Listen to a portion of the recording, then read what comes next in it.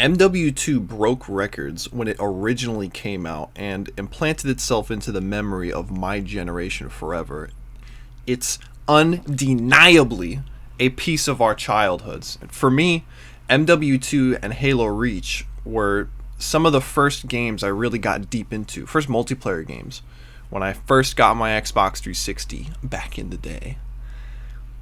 It had, for all intents and purposes, a solid campaign with a solid spec ops mode for even more PvE content, and one of the most iconic multiplayer experiences from that time period. When Infinity Ward decided to reboot the Modern Warfare series, my initial reaction was that this is a lame cash grab playing on our nostalgia, and I mostly still think that. But, to be fair, Modern Warfare 2019 was pretty solid as a game outside of the Spec Ops mode. The campaign was definitely my favorite part in that because the tone is much more realistic and plausible than the original series was, and it had pretty good gameplay ideas. Does the sequel live up to the original Modern Warfare 2? Does the sequel improve on the previous game? That's what I want to find out now, so let's talk about it. I'm going to make one thing clear right now. This is not a multiplayer focused review. Rather, this is focused on campaign, spec ops, and the new raid mode. I will have a multiplayer section at the end, but none of it is going to count against the final score. It's more just me giving my opinion if you care about it. That being said, let's move on. The campaign here in Modern Warfare 2022, as I'll call it, is definitely realistic in terms of the story, in my opinion. While playing through the story, I honestly did feel like the majority of what was happening was, fairly plausible, could happen. Some of it probably has happened at some point in our pointless conflicts in the Middle East. And what I liked about this version is that it's not just an action spectacle of us versus the villains, but, again, more plausible conflicts. To me, what gives this extra realism is the inclusion of the Mexican conflicts, as I'll call it. In the story, a Mexican cartel is a big player, which, for me as an American, I do find more interesting due to all the real-life conflicts surrounding the border security here in the US. In fact, early on in the campaign, we play as Mexican Special Forces on the US-Mexico border, and we cross the border, so you get to see what type of a complication may/can happen when you cross the border, even if you are in a position like Special Forces. Now, is this story amazing? In my opinion, not really. It's fine. The writing also is fine. There's no issues, but there's nothing spectacular. It's not really that close to Black Ops 1 and 2, but it's also not close to COD Ghosts. You get what I'm saying? It's fine. Moving on. Action spectacles are still present in some parts of the campaign, but I felt it wasn't as much in previous game, which I personally think is the correct choice, because the level design is more varied and interesting now. Level design in general, I feel, is a big plus for this game. The original MW2 only had a couple missions I could think of that were actually kind of unique. The rest were sort of just shooting galleries and running around. But in this MW2, I felt like each mission was generally its own gameplay experience, with only a couple missions that really repeat gameplay, and also only a couple missions that are action spectacles, which I thought was good. The most unique mission to me is towards the end of the game, where you're injured and you have to invade a platoon of soldiers until you regroup with an ally. This level is literally a survival stealth game, which I felt was really unique for Call of Duty. I was not expecting this. You can see where enemies are looking, and you sort of play around them. You get more materials to fight back. It's not super detailed, the enemy patrols aren't super varied, and later on it does become a bit of a shooting gallery, but the 75% of the mission before that I felt was really fun and had potential. In fact, I'd play a game of just this if it was this team that made it, because let's not forget, games are made by people, not companies. The stealth action was fun here, and even in 2019, I felt that the strongest parts were the methodical, stealthy tactical portions. It felt really fresh. And while the stealth detection itself is pretty ass, it was a unique experience for a COD game. While the MW2 mostly improves on the last, there are 3 very large issues I have that hold this game back quite significantly. The first one is that the stealth detection feels worse than in 2019. It was very frustrating to be in a stealth situation, and I not only get detected in darkness almost instantly, but it alerts the entire level to my location too. It is goofy and outdated to have an entire level be detected when a single person sees you. Look at Ghost of Tsushima, they got this right. When you get into a fight on one side of the base, it did not alert anyone who didn't see it. If there was a cast time on a cell phone, then maybe this would make sense, but there isn't. It's also goofy and outdated to have my character be in a pitch black suit in darkness, get detected by someone without a flashlight just because they were looking my way. I really hope they do better in this regard in Modern Warfare 3. We all know what's going to happen, because it's seriously holding back the potential. 2, the campaign doesn't take enough risks again. There was a moment in particular where you are being interrogated and you have dialogue options. The major issue with this is that there's only a single correct choice. And if you try to lie or mislead, you just lose, you just die. This is a wasted opportunity. It's stupid. Just like in Modern Warfare 2019, where you were the one interrogating the terrorist. By only having a single correct option, you're bottlenecking the potential of narrative choice in COD. Black Ops 2. It's by far the best COD campaign I've played because there were choices and they mattered. Every choice led somewhere. There wasn't necessarily a wrong choice. There was always a reason for what you were doing. I think that if Modern Warfare 3 were to apply this, the game would benefit a lot. It would make each run more interesting. Another angle of them not taking risks is that this isn't exactly a new story. Remember what I said earlier? That I feel the reboot is a lame cash grab, playing on nostalgia? I'm going to elaborate on that.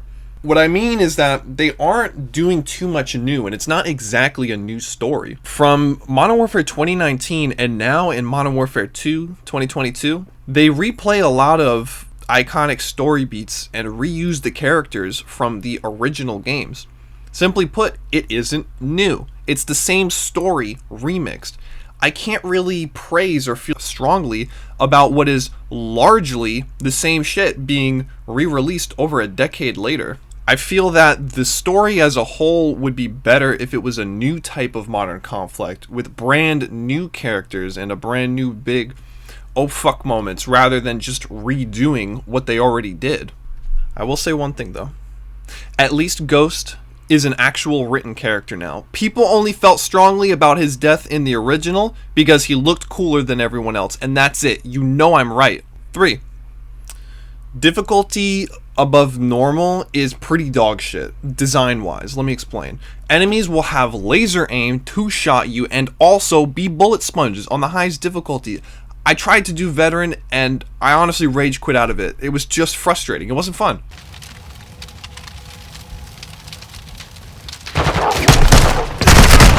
Nah, I'm not doing this shit. I'm not doing that. I can't do it on fucking veteran. It's just not fun. I love playing FPS games at their highest difficulties because when done well, I believe it is one of the best challenging gaming experiences. See Doom Eternal Ultra Nightmare runs for a great example.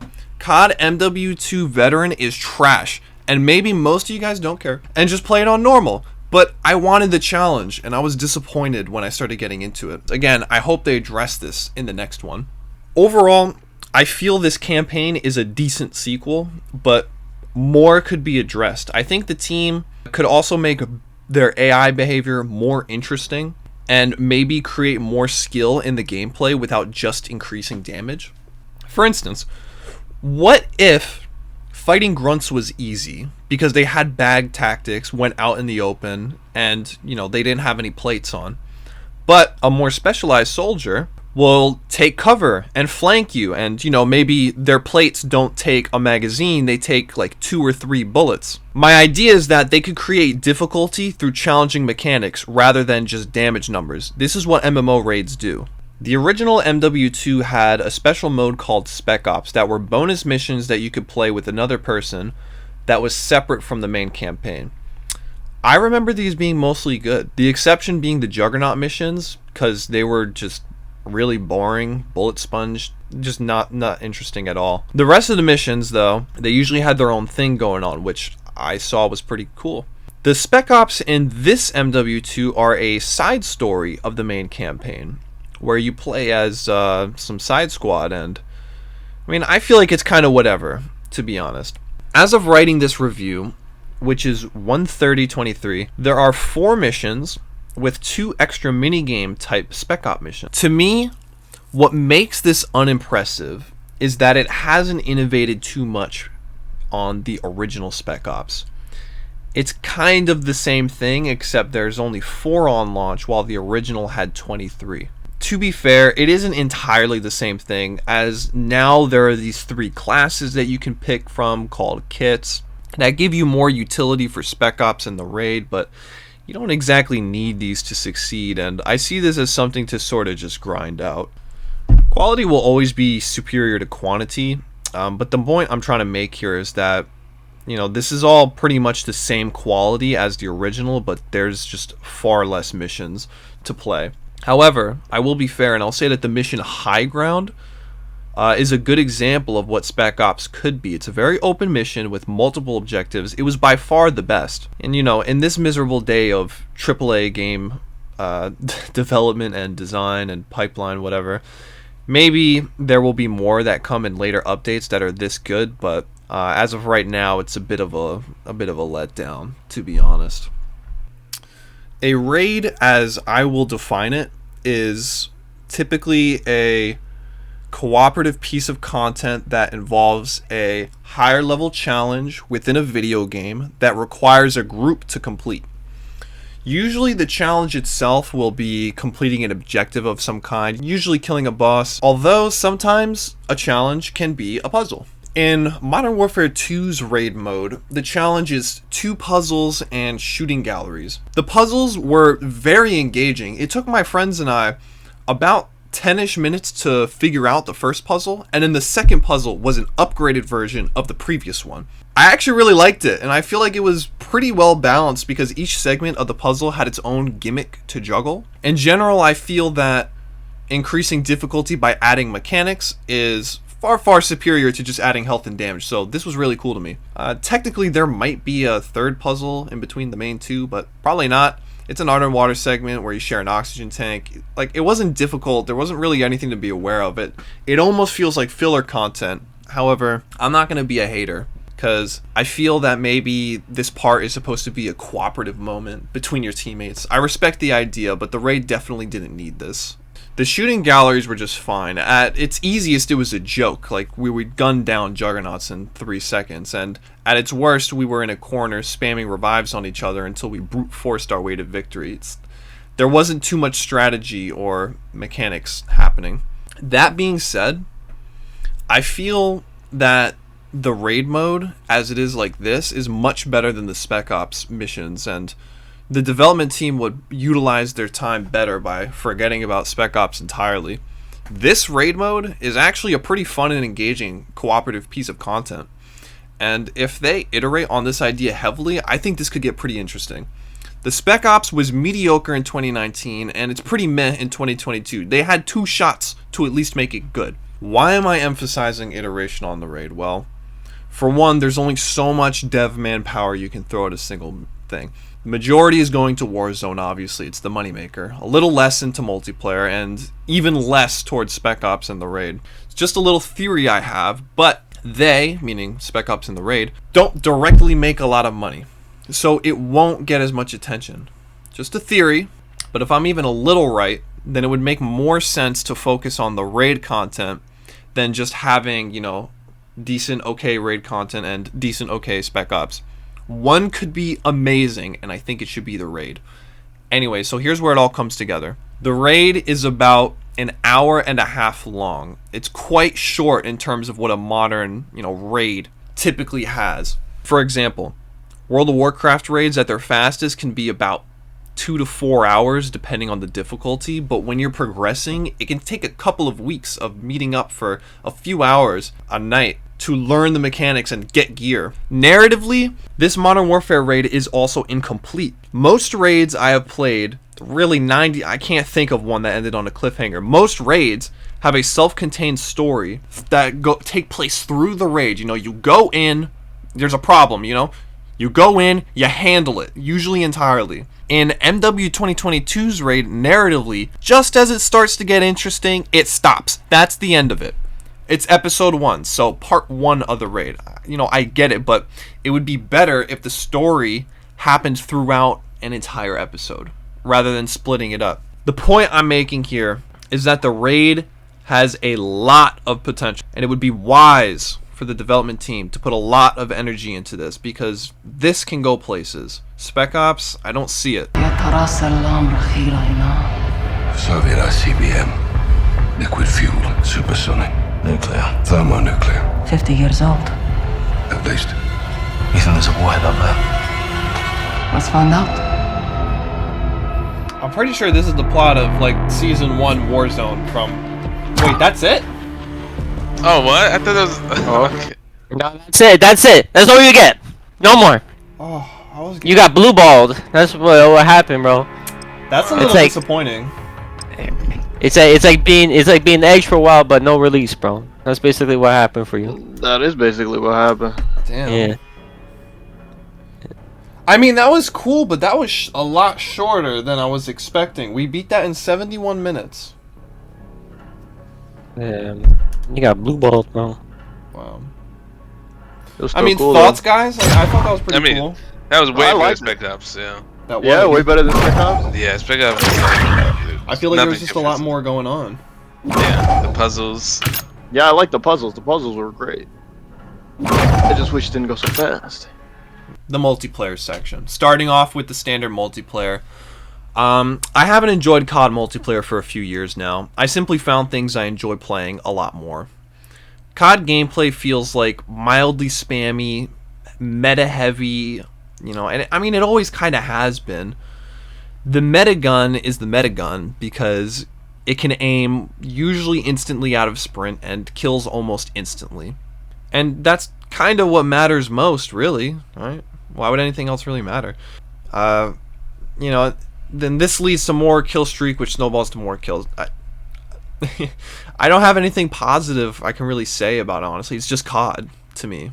I'd rather just play something else. That being said, though, if people enjoy that gameplay more, then it should just stay that way. I'm gonna admit, I'm really not the target audience, so I don't think my input necessarily matters too much, at all. And like I said before, I'm not gonna count my dislike of the multiplayer against the score. COD multiplayer is a glorified subscription service since World at War, where you lose all progress when you update your subscription. The gameplay doesn't change outside of the movement era, and it never will, and it probably never should. I will also not count Warzone against the score. Warzone has become its own beast. It's not even really related to the multiplayer, aside from using similar mechanics and sharing XP, and to my knowledge, it's not even really related to the main campaign. Plus, I am biased against the Battle Royale genre as a whole. I'll never play it alone because I don't like it like that. That being said, Warzone 2.0 is cool. There's a ton of players and there's a lot of opportunities to revive mid-game, so it makes it simultaneously the most forgiving and the most difficult Battle Royale to win just because of all the opponents that can revive. It's fun to play with friends, I guess, if you have friends that are into it, but again, I'd rather just play something else, so I'm not counting this against the score. A brand new multiplayer game mode. DMZ takes pretty heavy inspiration from high-stakes shooters like Escape from Tarkov, where you go into a battle area of sorts and complete objectives.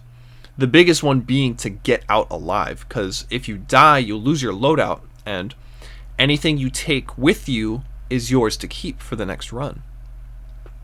I only played a little bit of this, because this genre is one that I'm not too fond of, mostly in its multiplayer state. I think if there was a single player version of this, I'd try that out. But, you know, for multiplayer games, I generally prefer to not have my progress erased.